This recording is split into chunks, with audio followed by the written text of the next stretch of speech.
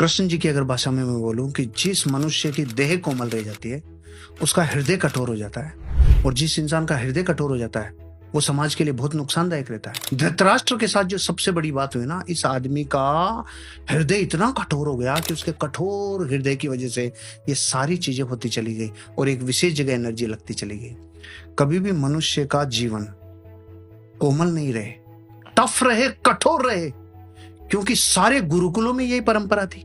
भारत की यही कल्चर था कि 25 वर्ष तक इसे जिस तरीके से तपाया जाएगा, ये जितना कठोर जीवन जिएगा ये उतना ही जीवन को सुविधायुक्त और आसान बना लेगा।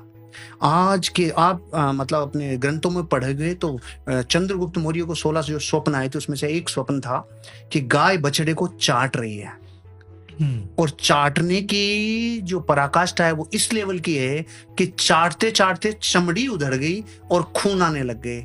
इस बात का संकेत ये था कि अब जो युग आएगा उसमें माँ बाप अपने बच्चों को इतना प्रेम करेंगे, इतना ओवर प्रेम करेंगे, इतना ज्यादा स्नेह देंगे, इतना ज्यादा पालने की कोशिश करेंगे कि उस बच्चे का शरीर इतना कोमल रह जाएगा कि प्रकृति फिर उसे छीनेगी, उसे नोचेगी। उस अपेक्षा से मैंने बोला था कि मैं तो बच्चों को, जैसे मैंने टफ जीवन जिया, मेरे पिताजी ने टफ जीवन जिया, ऐसे मैं इनको भी टफ जीवन, तो उन्होंने वही टफ जीवन जिया। आज भी वो मर्सिडीज में, ग्लोस्टर में, इनमें नहीं जाते।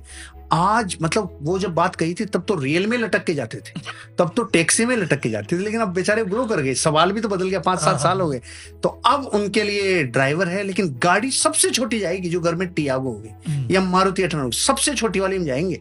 आज भी उनके लिए बड़ी वाली गाड़ियां नहीं है, उनके लिए ऑप्शन नहीं है। वो मेरे साथ फन करने जाए, मस्ती करने जाए तब है, आज भी। लेकिन उन्हें अब ये मूल्य पता चल गया, आज वो कोई से में भी जा सकते हैं, लेकिन उन्हें वो एहसास हो गया, उन्होंने प्राइस पे किए। वो पसीने में बसों में जाना, वो लटक के जाना, वो तकलीफ सहना, वो उन्होंने अच्छे से देखा। उन्हें आज भी महसूस होता है जीवन में उतार और चढ़ाव क्या है, जीवन में पैसे की वैल्यू क्या है, जीवन का मूल्य क्या है। ये सब वो क्यों समझ पाए आज, क्योंकि उस दिन उनके पिता ने मर्सिडीज में नहीं भेजा, इसका सीधा समझ। लेकिन लोग उसको अलग अलग वे में ले जाते हैं, जैसे हर एक सिक्के के दो पहलू हैं, हर एक छड़ के दो हिस्से हैं, दो सिरे हैं। तो अरे नहीं रे, बच्चों को भी कोई मारता है क्या? अरे बात मारने की अपेक्षा से नहीं कही जा रही, बात कही जा रही है दंड की अपेक्षा से। अब मारने में दंड में बहुत फर्क है, मारने में और शिक्षा देने में बहुत फर्क है। जब से दंड बंद हुआ है स्कूलों में, तब से जो खेप पैदा हो रही है वो ऐसी कोमल खेप पैदा हो रही है जो कुछ ही नहीं कर पाती।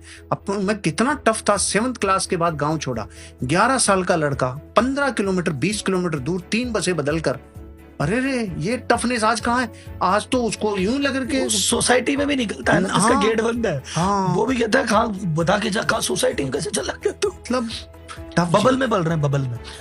मैं तो टफ जीवन आज भी जीता हूँ राहुल जी, और बच्चों को भी यही सिखाता हूँ, टफ जीवन जियो। नहीं तो क्या है कि एक बार कोमलता की आदत लग गई तो फिर जीवन का अंत बुरा होता है, फिर समाधि नहीं हो पाती, फिर तो जीवन विलासिता में जाता है।